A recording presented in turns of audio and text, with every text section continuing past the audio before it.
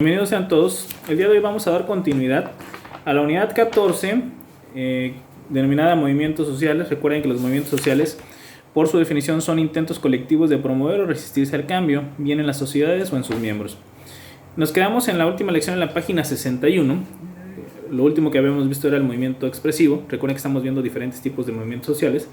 Y vamos a continuar con el movimiento reformista. El movimiento reformista, recuerden, tienen ustedes que darle lectura ahí para que sea más fácil entenderlo. El movimiento reformista es aquel que considera que hay que cambiar algo dentro de la sociedad, pero me refiero a algo, lo que implicaría un sector, una parte, no todo, no lo absoluto. Si habláramos de un cambio radical que implicaría la totalidad de un sistema económico, político, social, estaríamos en presencia del siguiente, que es el movimiento revolucionario. Entonces el movimiento reformista lo que va a buscar es un cambio parcial. Considera, las gentes que participan en un movimiento reformista consideran que el todo no está tan mal, que lo que hay que modificar es algunas partes nada más para que entonces funcione mejor, en este caso la sociedad. Y ejemplo del movimiento reformista podría ser precisamente en nuestro país precisamente el que se conoció con ese nombre, el movimiento Reforma. Lo que buscaba el movimiento reformista que encabezó Benito Juárez en su momento era una modificación al esquema de la relación iglesia y Estado. Recuerden que la iglesia en aquel entonces tenía el control de algunas áreas que hoy nosotros de manera normal se las adjudicamos solamente al Estado, como podría ser el registro de personas, lo que llamamos registro civil, obviamente el tema de matrimonios ahí, lo de los panteones, y por lo tanto este movimiento de reforma en aquel entonces emitió unas leyes que pues trastocaron los intereses de la iglesia de aquel entonces y pues provocó incluso una guerra después, en donde al final del día terminaron por separar lo que son los temas de fe de la iglesia de estos temas que repercuten más en la parte civil. Por lo tanto implicaba vincular solamente o dejarle el control absoluto de estos temas al Estado. Entonces el movimiento de reforma consideraba que había que cambiar algunas cosas, es decir, el movimiento de reforma no estaba con la abolición de la religión, solamente estaba pidiendo, y al final lo establece así, que los temas de la fe los tuviera y mantuviera la iglesia, pero los temas vinculados al control civil se le pasaran obviamente única y exclusivamente al control del Estado. Entonces es un movimiento reformista. Movimientos reformistas también podría ser el que platicábamos en la comunidad lésbico-gay en la anterior lección, donde mencionábamos que están buscando cambiar algunas partes, es decir, la comunidad lésbico-gay está en búsqueda de cambiar algunos textos constitucionales o algunas leyes secundarias o leyes generales del país en donde se hagan valer derechos exclusivamente que a ellos les interesan, pero no están hablando de un tema, por ejemplo, de comunicaciones y transportes en cuanto a lo que sería, no sé, que suba la tarifa del transporte, que se paguen más impuestos en lo que serían los productos que puedan venir del exterior. No, ellos esos temas ni siquiera los tocan, están en temas únicos y exclusivamente que sean referidos a lo que atañe a la comunidad lésbico-gay. Por lo tanto, estamos en presencia de un movimiento reformista que no busca cambiar el todo, sino solamente una parte, ¿no? Principalmente los temas de discriminación, pero repito, hay muchas cosas del país que ellos consideran que no hay nada que cambiar. Por lo tanto, estamos en presencia de un movimiento reformista. El movimiento revolucionario es precisamente aquel que busca un cambio total. El movimiento revolucionario va en búsqueda de un cambio radical en lo económico, político y social. Por lo mismo, el revolucionario considera a un enemigo aquel que es parte de un movimiento reformista. ¿Por qué? Porque como el reformista ve que solo modificando una parte mejoraría el todo, y el revolucionario considera que ya todo está mal, que todo está podrido y que hay que cambiarlo, entonces considera que el reformista es un obstáculo para su propia ideología. De tal suerte que pues no congenian, generalmente hay un choque entre el reformista y el revolucionario, ¿no? Repito, el revolucionario es el que ve o siente la necesidad de cambiar en absoluto un sistema económico, político, social. Movimientos revolucionarios fue precisamente la Revolución Mexicana. Recuerdan que había un hartazgo en base a lo que era el manejo del campo mexicano, a los cacicazgos, y llegó un punto en donde los mexicanos de aquella época dijeron, bueno, ya basta. hay una explotación muy grande, es prácticamente un esclavismo, y por lo tanto, pues de morir de un balazo a morir de hambre, pues mejor de un balazo luchando. Era una de las máximas de la Revolución Mexicana, porque consideraban que ya todo estaba, digamos, podrido en ese sistema económico, político, social. Vino el esquema de la Revolución Mexicana, al grado que incluso, recuerden que una vez que sale victorioso el movimiento revolucionario, se establece una nueva constitución. De ahí precisamente que hablemos de un cambio radical, un cambio total. Ya no bastaba la reforma. La reforma la había hecho Benito Juárez precisamente años antes de que llegara al poder Porfirio Díaz, pero como no bastó, entonces vino un cambio radical en lo que es la Constitución de 1917, que es la que nos rige en la actualidad. Otros movimientos revolucionarios, la Revolución Francesa, que tenían como finalidad acabar con el esquema monárquico y buscar o intentar llegar a lo que sería un gobierno democrático. La Revolución Rusa, que también venía con intentar por terminar un esquema feudalista que todavía que tenían los rusos en aquel momento, y establecer un nuevo sistema radicalmente distinto, que es precisamente el comunismo, ¿no? Entonces vamos viendo cómo estos tres movimientos, y así podríamos encontrar más. La Revolución Cubana, por ejemplo, implicó quitarle todas las tierras y nacionalizarlas para los cubanos a las tierras que anteriormente tenían los norteamericanos. Después vincularon un sistema también comunista, pero al final del día es un cambio radical de lo que se tenía a lo que se pretende, y obviamente para que hablemos de una revolución pues debe tener éxito, ¿no? Si no, quedaría nada más en una rebelión.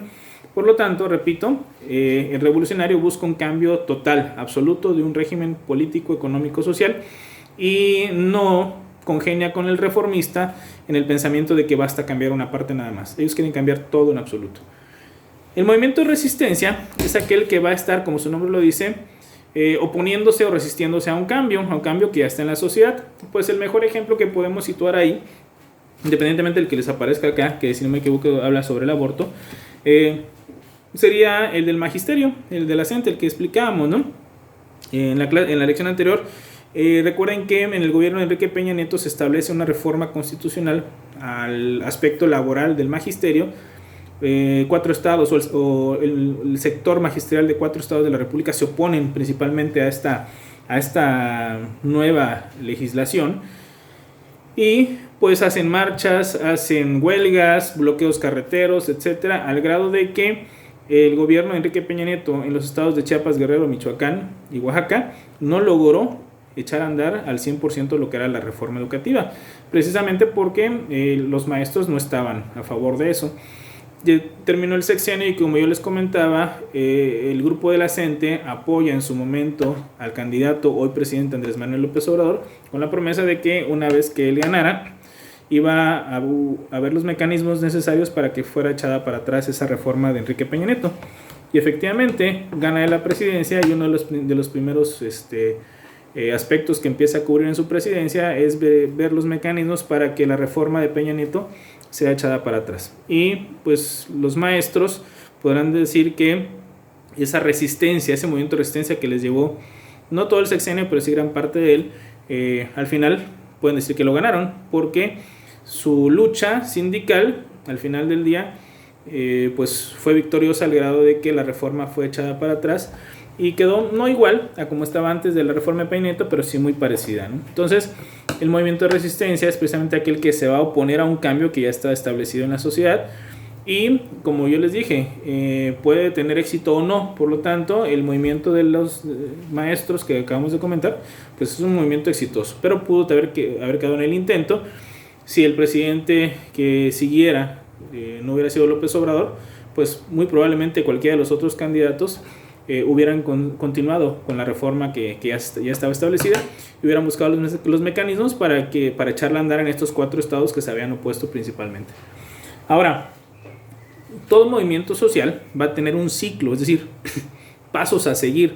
Así como en la primaria nos enseñan el ciclo del agua, nos hablan de que el agua está en estado líquido, después el sol calienta lo que es el agua y empieza lo que es la evaporación del agua, y sube, así nos lo explicaban en la primaria, ¿no? Sube a lo que nosotros conocemos como nubes, y ahí en la condensación llega un momento en donde las partículas se cargan tanto que se transforman, ¿no?, en estado líquido, o sea, pasaron de lo que era el estado gaseoso, ahora nuevamente el estado líquido, y la carga es tan fuerte que viene nuevamente la precipitación nuevamente de lo que sería el estado líquido, ¿no?, o sea, lo que es el agua. Y así estamos en lo que es el ciclo del agua, ¿no? Nos lo explicaban quizá algunos en laboratorio, a otros nada más con un tema de explicación verbal, pero entendemos que el ciclo del agua así es, o sea, los pasos que se tienen que estar dando. Bueno, pues un movimiento social también va a tener pasos que se deben cumplir y vamos a ver que no todos terminan. Recuerden que, como por definición los movimientos sociales son intentos, algunos mueren antes y algunos logran llegar hasta la parte final, que digamos sería si obtienen el éxito, ¿no? Los pasos o el ciclo o las partes del ciclo de los movimientos sociales son 1, 2, 3, 4, 5 en caso de que se logre concluir, que sería la inquietud, la excitación, la formalización, la institucionalización y la disolución. Bueno, voy a tomar como ejemplo, para irle dando cada uno de estos pasos, a un movimiento social que está todavía vigente en el país, que es el movimiento antisecuestro, que han encabezado por una parte el señor Alejandro Martí, el dueño de las tiendas deportivas, y la señora Isabel Miranda de Gualas, una empresaria también en la Ciudad de México, a los que desafortunadamente les secuestraron, a cada uno de ellos les secuestraron un hijo, y pues obviamente en el secuestro pues hubieron solicitudes de rescate, desafortunadamente mataron a sus hijos. Bueno, entonces este movimiento existe en nuestro país en la actualidad. Voy a ir explicando cómo se fue gestando a lo que tenemos en la actualidad, basándonos en los pasos a seguir que nos marca aquí el ciclo vital. Primero nos habla de la inquietud. Dice acá que todos los movimientos tienen sus raíces en la inquietud social, cuando los miembros de una sociedad se hastían y se sienten inquietos, o cuando algún cambio ha conmovido el modo de vida establecido. Bueno, el secuestro en nuestro país, desafortunadamente, es algo que ha estado presente durante décadas. Sobre todo a partir de los años finales de los 80s y 90s, fue exponencial, o sea, fue mucho lo que creció el delito del secuestro. Por lo tanto, pues el miedo en la sociedad por el riesgo de ser secuestrado. Al principio solamente secuestraban a las personas que tenían mucho dinero, pero después empezaron los secuestros express incluso, donde por una cantidad muy pequeña secuestraban a una persona de clase media o a veces de clase baja y pues pagaban el rescate, ¿no? Ya no hablaban de millones, sino hablaban de pocos miles de pesos, pero pues con tal de rescatar al familiar pues se pagaba la cantidad que pedían. Entonces, el tema del secuestro se fue incrementando en este país, pero más allá de que existía y todo el mundo sabía, ¿no?, de los secuestros, o secuestraron a fulanito de tal, algún conocido o algún pariente, llegó un punto, y aquí es donde surgió esta inquietud, cuando se secuestra precisamente, no fue en las mismas fechas, pero fueron en tiempos más o menos semejantes, que secuestran al hijo del dueño de las tiendas Martín y al hijo de la señora Isabel Miranda de Gualas. La diferencia aquí era de que estos señores, por las empresas que tenían, por el dinero que tenían, que tienen todavía, tenían acceso a los medios de comunicación. Es decir, si ellos pedían una entrevista en Televisa, se las daban. Diferente a cualquier persona que en el resto del centro de la República o en el norte o en el sur, que no tuviera demasiado dinero o que no tuviera este grado de influencia sobre principalmente los medios, pues no los iban a hacer caso. Entonces, estos señores empezaron a hablar de los secuestros de sus hijos. En el caso del señor Martín, su hijo tenía 14 años cuando lo asesinan. En el caso de la señora Wallace era un muchacho ya más grande. Pero lo que hicieron ellos fue empezar a llegar a los medios de comunicación. Es decir, ya explicar, y se convertía en algo que todos lo escuchábamos a través de la televisión o la radio, con diferentes entrevistas que daban, del secuestro de sus hijos. La señora Wallace incluso llegó a ofrecer rescates al estilo del viejo oeste, primero por quien les hablaba del paradero de su hijo, y después ya ofrecía un dinero por quien le entregara pues al que había secuestrado a su hijo, ¿no? Entonces lo ponían espectaculares, de esos grandes que aparecen en la carretera, dentro de la Ciudad de México o cualquier parte del país, ya con cantidades, ¿no?, de ofrecer dinero primero por el hijo y luego por el secuestrador cuando se lo entregan muerto, desafortunadamente, ¿no? Bueno, las cantidades lo dan por muerto. Entonces la inquietud se empieza a fortalecer en el país, porque aunque habían casos cercanos que la gente sabía que habían pasado, cuando ya empiezas a ver a dos personas peleando por la vida de sus hijos y después tratando de hacer justicia, y luego la indignación en los medios de comunicación de que las autoridades no estaban haciendo lo conducente, al grado de que ella tenía que estar ofreciendo dinero, pues cada vez más y más llamaba la atención el caso de estas dos personas. De ahí pasamos a lo que es la excitación. La inquietud es vaga, es decir, las noticias después de un rato pudieron haber muerto, ¿no? Pues sabes que lo secuestraron, pero ahí se diluye, ¿no? Queda nada más como una anécdota del país, que los señores pelearon por sus hijos, pero de repente ya, ahora sí que no pasó a más, desafortunadamente. No, en este caso, si la inquietud es vaga, generalizada y sin foco, cuando se centra en unas condiciones determinadas y cuando se identifican ciertas causas de la miseria, de modo que las propuestas de acción empiezan a llenar la atmósfera, el proceso entra en la etapa de excitación. Llegó un momento en donde estas dos personas, el señor Martí y la señora Miranda de Wallace, dan un paso adelante y empiezan a convocar a todas las personas que habían sido víctimas de secuestro o familiares de víctimas de secuestro, para que se vayan unificando en una lucha precisamente para que el gobierno de aquel entonces, el gobierno del expresidente Felipe Calderón, tomara cartas en el asunto y ya no siguieran dándose los secuestros, ¿no? Muchos ya habían perdido a su familiar, el señor Martí y la señora Wallace también, pero ellos estaban encauzando algo, primero convocando, al grado de que llegó a darse una reunión entre el gabinete del presidente y el presidente, con ellos dos, más un grupo de personas bastante amplio, de personas que habían sufrido el delito del secuestro en su familia. Y la excitación se fortalece en el momento en que el señor Martí, frente al presidente y al gabinete, después de escuchar discursos políticos en donde pues hablaban de lo que se estaba haciendo, pero eran discursos que para ellos sonaban vacíos, porque al final del día no veían una respuesta concreta y sobre todo no les iban a devolver vivos a los hijos. Hay un punto en donde el señor Martí les dice a todos juntos ahí: si no pueden, renuncien. Y esa es la frase clave, ¿no? Si no pueden, renuncien. Es la frase que quizá muchos mexicanos de aquella época y quizá en la actualidad le quisieran decir de frente a un gobernante cuando no está dando resultados.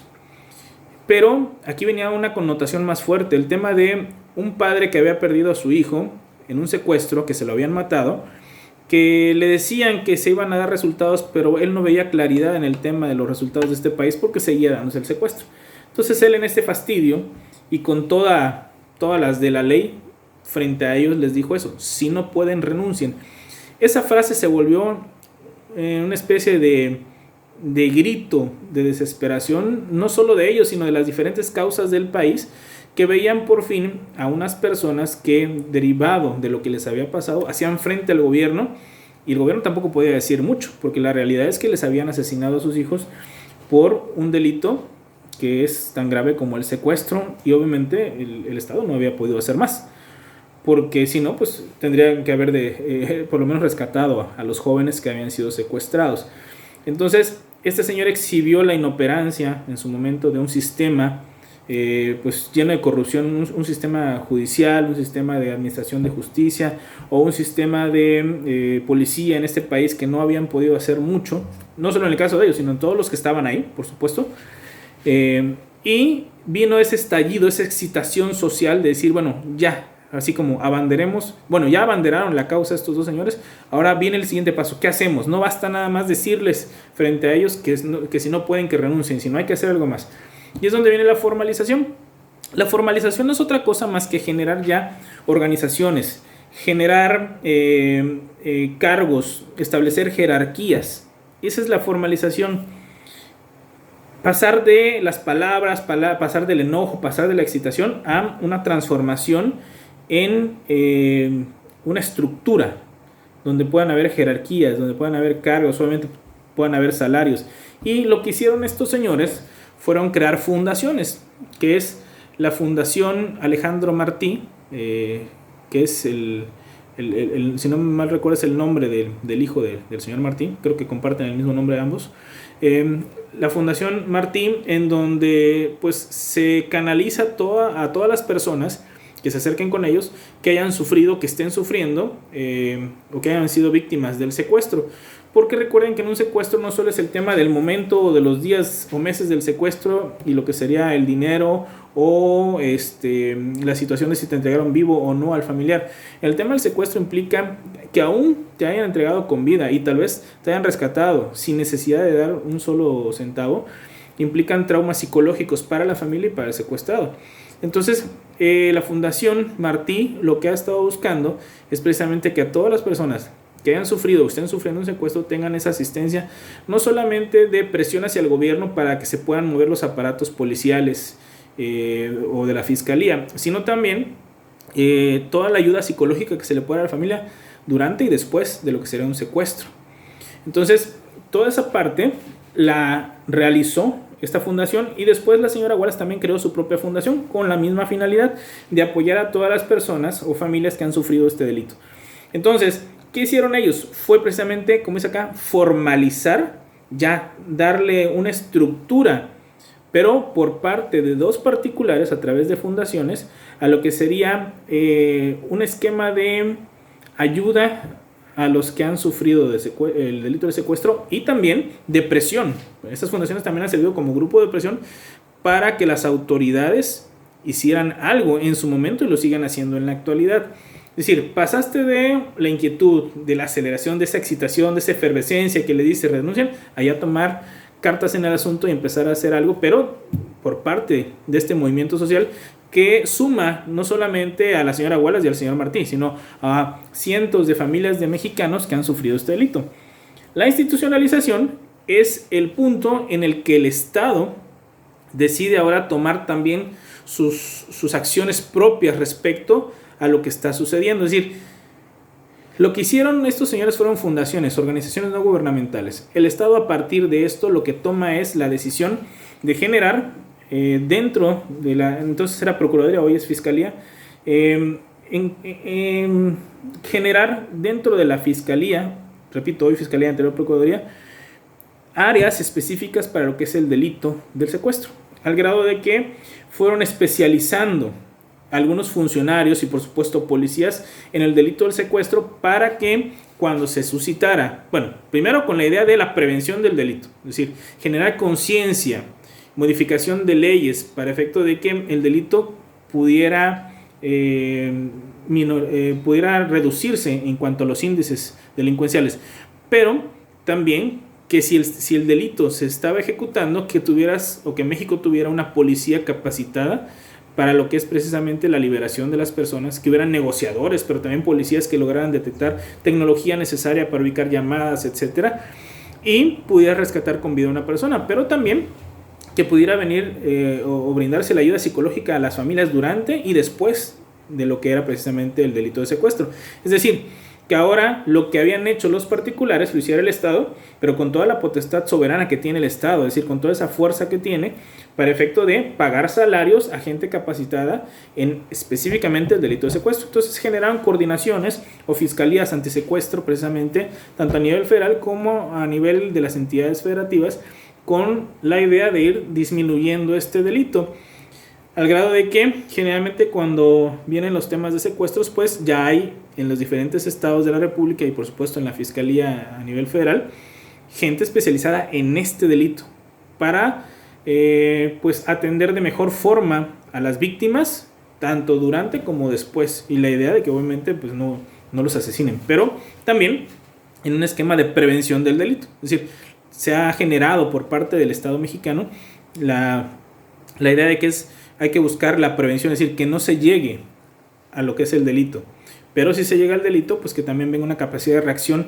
idónea por parte del Estado para disminuir obviamente el índice de personas que desafortunadamente mataban, que seguramente siguen matando en el esquema de lo que es el delito del secuestro. Y la disolución es un punto al que todavía no se llega, es cuando el movimiento social cumple su objetivo y por lo tanto terminan por ya concluir el movimiento, es decir, disolverlo. ¿Qué implicaría? Para que el movimiento antisecuestro que han encabezado estas dos personas y que han creado fundaciones desapareciera, tendría que seguramente México que reducir muchísimo el índice de secuestros para que ellos pudieran decir ya no hace falta tener esta fundación ya no hace falta seguir abanderando una causa antisecuestro, porque en este país prácticamente el delito de secuestro se erradicó. Es decir, eso sería lo idóneo que pasara, por supuesto, para toda la sociedad, y sería la causa por la cual ellos llegarían a ese punto de disolver su movimiento. Repito, en la actualidad todavía no estamos en ese punto, por lo tanto el movimiento no ha llegado a la disolución.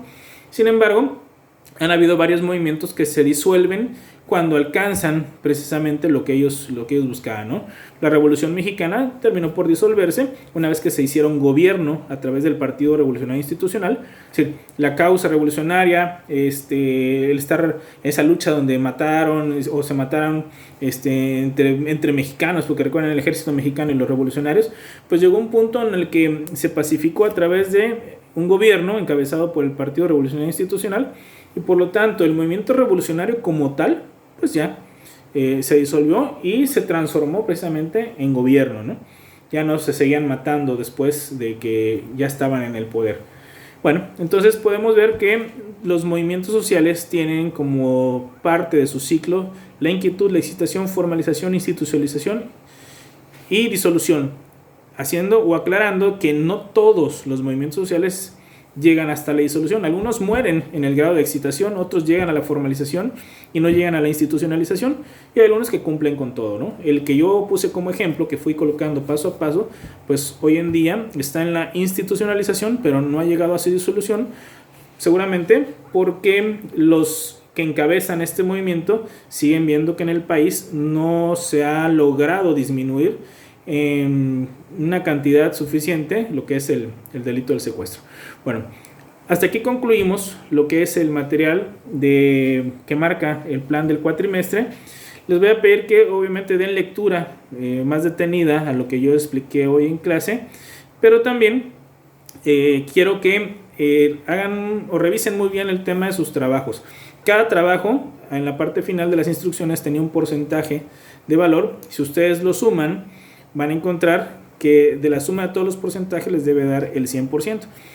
En cada trabajo yo iba poniendo una calificación y les decía, si no tenían el porcentaje, por ejemplo, si era de 30% y no tenían el 30%, les ponía abajo por qué no lo habían alcanzado y qué porcentaje tenían. Lo que tendrán que hacer entonces para obtener la calificación del tercer parcial es sumar todos los porcentajes que hayan tenido en sus trabajos. Si todos fueron bien elaborados y entregados a tiempo, tendrán 100%. Entonces su calificación sería 10 en el tercer parcial. De lo contrario, si no tienen todos los trabajos de manera correcta o alguien dejó de enviar alguno, pues sus porcentajes se irá reduciendo. Nada más recordando que el punto 6 sube al siguiente numeral y el punto 5 se queda en el inferior. Es decir, 6.6 sería 7, 6.5 se quedaría en 6. La única excepción son las calificaciones reprobatorias. Si tiene 5.9 no sube al 6, ahí sí se queda en 5. Entonces, sumen sus porcentajes y hagan ese redondeo y esa es la calificación que va a aparecer en el tercer parcial. Aclarando que la calificación no la van a encontrar en esta plataforma, no es en la plataforma Colegia, la van a encontrar en la plataforma de calificaciones, de la cual ustedes ya deben de tener ahí su correo y su clave de acceso para verificarlo.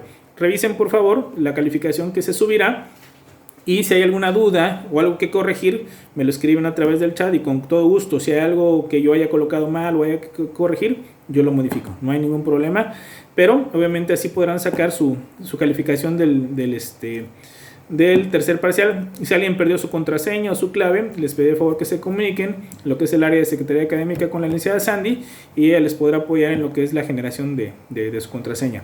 De ahí en fuera, en la siguiente, pues no va a ser lección, sino en la siguiente actividad, ustedes encontrarán, hay que estar al pendiente de la plataforma, la actividad o actividades que les voy a implementar para efecto que ustedes puedan obtener su calificación de la evaluación final, que recuerden que va sobre el 30% de la calificación total. Es decir, ustedes el 70% lo van a sacar de la suma de los tres parciales, lo van a dividir entre 3 y lo van a multiplicar por 0.7. Si hubieran tenido 10, 10, 10, lo suman, lo dividen entre 3 y lo multiplican por 0.7, les daría 7. Por lo tanto, en la evaluación final irían solamente por el 30% restante. Esas actividades o esa actividad yo se las pienso dejar a través de plataforma en la siguiente actividad, ustedes la van a checar ahí, deben contestarlo o entregarlo en el tiempo es decir, día y hora que se pide ahí, con los requisitos solicitados. Si el trabajo es bien realizado, si la actividad es bien realizada, pues tendrán el 30% y se sumará a lo que tengan de lo que es los primeros 3 parciales. De esa forma ustedes van a poder tener lo que es la calificación final de esta materia.